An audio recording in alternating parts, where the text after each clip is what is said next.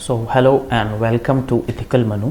और आज जिस विषय पे हम लोग चर्चा करने वाले हैं वो कर्मचारी वर्ग के लिए बहुत ही महत्वपूर्ण है, basically for the government employees, because recently EPFO that is employ provident fund organisation ने एक विजन डॉक्यूमेंट 2047 प्रस्तुत किया है लोगों के सामने या पूरे देश के सामने, जिसमें उन्होंने रिटायरमेंट एज को इंक्रीज़ करने के आइडिया को सपोर्ट किया है।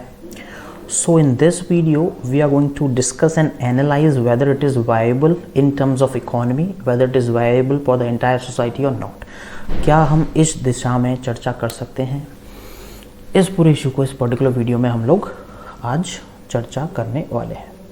So without any further delay let's get started। देखिए why EPFO backs increase in the retirement age। क्यों EPFO ने रिटायरमेंट एज को बढ़ाने के लिए यहाँ पे बैक किया है या फिर सपोर्ट किया है? अब देखिए बहुत ही इंपॉर्टेंट इशू है। First before going into this issue will first try and understand some of the basic things. तो पहले हम ये बेसिक चीज़ों की चर्चा कर लें। देखिए फर्स्ट स्लाइड में आपको ये देखने को मिलेगा। सबसे पहले हम बात करते हैं व्हाट इज़ PF। देखिए प्रोविडेंट फंड क्या है? प्रोविडेंट फंड्स वो फंड्स होते हैं जिसको कि किसी ऑर्गेनाइजेशन के द्वारा एनालाइज करके मैनेज किया जाता है एंड वो पोस्ट रिटायरमेंट बेनिफिट्स के लिए काम आते हैं। For example pension. So provident fund India में आपको पता है दो तरीके के होते हैं। एक तो होता है EPF that is employ provident fund और दूसरा होता है PPF that is the public provident fund. Employ provident fund जो होता है वो बेसिकली एम्प्लॉयज़ के लिए होता है या फिर आप कह सकते हो ऑर्गेनाइज्ड सेक्टर के लिए होता है। एंड ये जो होता है PPF होता है अनऑर्गेनाइज्ड सेक्टर के लिए। अब employ provident fund organise sector में कौन कौन लोग आते हैं? बेसिकली आप कह सकते हो कॉरपोरेट कंपनीज में काम करने वाले कर्मचारी या फिर गवर्नमेंट एम्प्लॉयज़ जो कि सरकारी व्यवस्था में काम करते हैं। PPF में बेसिकली आते हैं आपके जनरल पब्लिक, वेंडर्स, ठेले वाले, ये सारे आते हैं PPF। बट एक इम्पॉर्टेंट जो डिफरेंस इन दोनों के बीच में है वो है ये। देखो EPF जो है यहाँ पे 12% का कंट्रीब्यूशन किया जाता है पूरे फंड के कॉर्पस में एंड इट इज़ मैंडेटरी। यहाँ पे ये 12% मैंडेटरी है। ये जितने भी गवर्नमेंट एम्प्लॉयज़ या फिर ऑर्गेनाइज्ड सेक्टर के एम्प्लॉयज़ होते हैं यहाँ पे 12% contribution from their salary has to be done at any cost and this is mandatory. It has to happen at any cost. Whereas in the PPF it is not mandatory, it is voluntary basis. यहाँ पे आपको voluntary basis पे contribution करना होता है, जिसका सीधा सीधा मतलब ये है कि आप 12% से ज़्यादा भी कर सकते हो और कम भी कर सकते हो। ये यहाँ पर सीधा सीधा मतलब है। अब जब हम ये समझ लिए कि प्रोविडेंट फंड क्या है, EPF एंड PPF क्या है, what is the difference in between these two, let us try and understand what exactly is the employee provident fund organization, because ये हमारा मेन मुद्दा यहाँ से निकल के आता है। देखिए एम्प्लॉय प्रोविडेंट फंड ऑर्गेनाइजेशन जो है बेसिकली एक स्टैट्यूटरी बॉडी है। स्टैट्यूटरी का यहाँ पे मतलब ये होता है कि ये बॉडी बनी है by the act of parliament. So 1952 में एक एक्ट ऑफ पार्लियामेंट पास करके यहाँ पे इस बॉडी की स्थापना की गई या फिर इस ऑर्गेनाइजेशन को यहाँ पे अस्तित्व में लाया गया एंड ये वर्क करती है under the government, central government ministry of labour and employment. And सबसे इम्पॉर्टेंट जो वर्क है इसका है वो है regulation and management of the provident fund.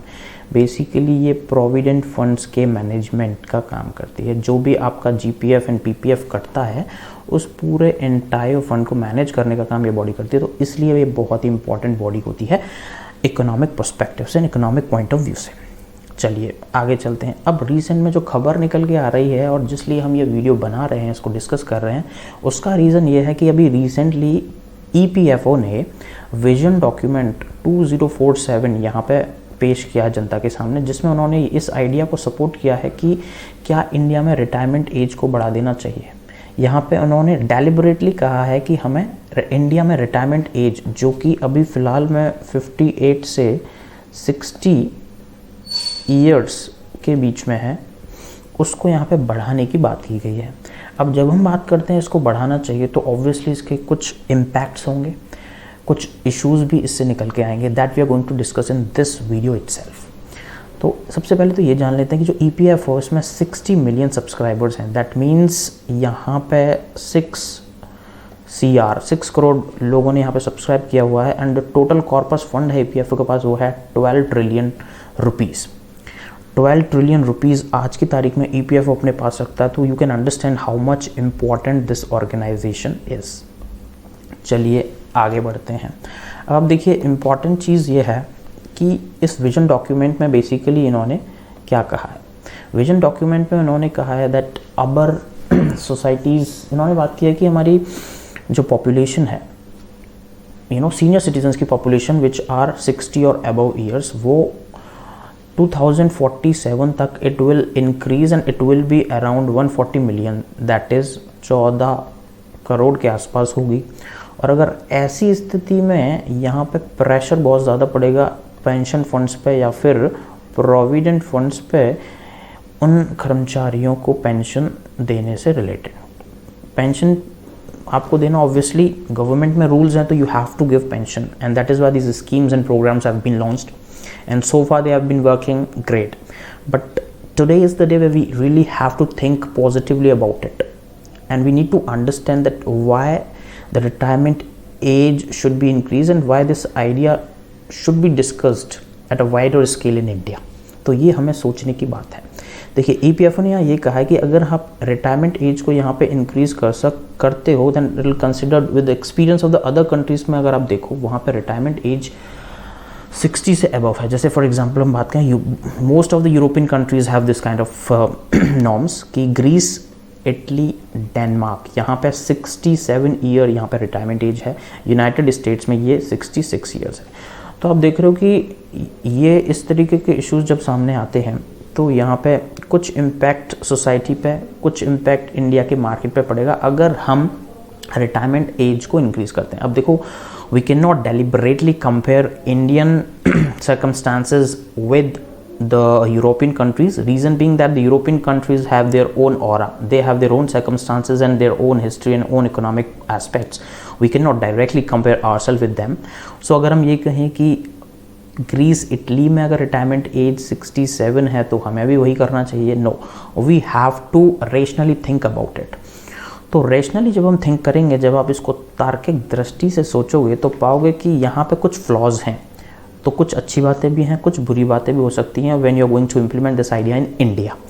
अब देखिए, तो एक चीज़ यहाँ पे इन्होंने कहा है कि जो quantum pension of the longer duration with the EPFO and other pension funds in the country that will have offset the inflation. कहते हैं कि अगर हम ऐसा करेंगे तो होगा क्या, लाइक फॉर एग्जाम्पल अगर हम बात करें, इंडिया में अभी रिटायरमेंट एज है 60, अगर आप इसको 65 कर देते हो फॉर एग्जाम्पल, तो ये आप समझ लो कि +5 ईयर यहाँ पे ऐड हो गए एम्प्लॉयज़ के जॉब को लेकर। अब ये +5 ईयर्स में क्या होगा, जो एम्प्लॉयज़ 60 पर रिटायर होने थे उनको आपने एक्सटेंशन दे दिया 5 और ईयर्स का। दैट मीन्स कि अब प्रोविडेंट फंड में जो वो पैसा डाल रहे थे जो कि 60 के बाद बंद हो जाना था, वो अब 5 साल तक और चलेगा। इट मीन्स कि एक, आपको पता है कि रिटायरमेंट तक आते आते एम्प्लॉयज़ की सैलरी बहुत ज़्यादा होती है, तो उस सैलरी का अगर आप 12% देखोगे तो ह्यूज कॉर्पस हो जाएगा। तो आप समझ रहे हो कि मंथली बेसिस पे 12% का कंट्रीब्यूशन रिटायरमेंट की एज पर बहुत ही बड़ा अमाउंट हो जाता है। और जब ऐसा होगा तो EPFO के पास सफिशिएंट यहाँ पे सफिशिएंट फंड्स होंगे सिचुएशन को हैंडल करने के लिए। अब अगर ऐसा होगा तो उन्होंने ये कहा है कि इसकी वजह से एक फ़ायदा ये होगा कि it will also help us in offsetting the inflation. Inflation को हम कैसे रोक सकते हैं, इसमें देखिए हम आगे भी डिस्कस करेंगे, बट यहाँ पे मैं बता देता हूँ कि कैसे हम इन्फ्लेशन को हैंडल कर रहे हैं। यहाँ पे आपको पता है इन्फ्लेशन कैसे होता है, when you can understand when people have more money in their pockets they will approach markets, they'll spend more, and when they spend more on the same level of goods and services manufacturing, that you can understand simply it will increase inflation। वो inflation को बढ़ा देता है। लोग ज़्यादा spending करेंगे, goods and services उतने बन नहीं रहे हैं, तो वो उन्हीं चीज़ों के मार्केट में दाम बढ़ा देंगे। That will make the things unaffordable for the lower economic section. तो वो एक प्रॉब्लम भी है। बट हाँ, अगर आपके पास रिटायरमेंट पे अगर आप ऐसा करते हो कि ये जो फंड्स हैं आप EPFO को दे रहे हो, तो आपके पास इन हैंड मनी कम है, you will spend less, and then at the end you will be able to offset and deal with the inflation. तो उस हिसाब से आप इन्फ्लेशन को इंडिया में रोक सकते हो। ये एक कारण है, बट इसके और भी रीजंस हैं that we are going to discuss in the further slides. अब आप देखिए क्या इम्प्लीकेशंस हो सकते हैं अगर हम रिटायरमेंट एज को इंडिया में इंक्रीज करते हैं। पहली चीज़ जो समझ में आती है सीधे सीधे, जो कि इन्होंने भी बताया हुआ है, inflation. It will help in bringing down the inflation. Inflation कैसे कम होगा वो मैंने आपको पहले ही बता दिया। दूसरा हम बात करें एम्प्लॉयमेंट। देखिए एम्प्लॉयमेंट सीधा सीधा यहाँ पे कम होगा। जो लोग 60 की एज में रिटायर होने थे उनको 5 साल का आपने और एक्सटेंशन दे दिया, आइडियली स्पीकिंग अगर आप 65 करते हो तो दैट मीन्स 5 साल में जो नए जॉब्स क्रिएट होने थे वो यहाँ पे नहीं होंगे एंड अल्टीमेटली अनएम्प्लॉयमेंट यहाँ पे बढ़ेगा। जिन लोगों को नई नौकरी मिलनी थी उनको नहीं मिलेंगी, क्योंकि आपको पता है वैकेंसीज उतनी ही होती हैं। आपने पेंशन न देने के चक्कर में आपने एम्प्लॉयमेंट यहाँ पे इंडिया में कम कर दिया। और आपको पता है अगर आप वेस्टर्न कंट्रीज से कंपेयर करोगे तो इंडिया में employment is the major issue sir and ma'am. Employment बहुत ज़रूरी है, ना कि प्रोविजन पेंशन फंड्स को रेगुलेट करना।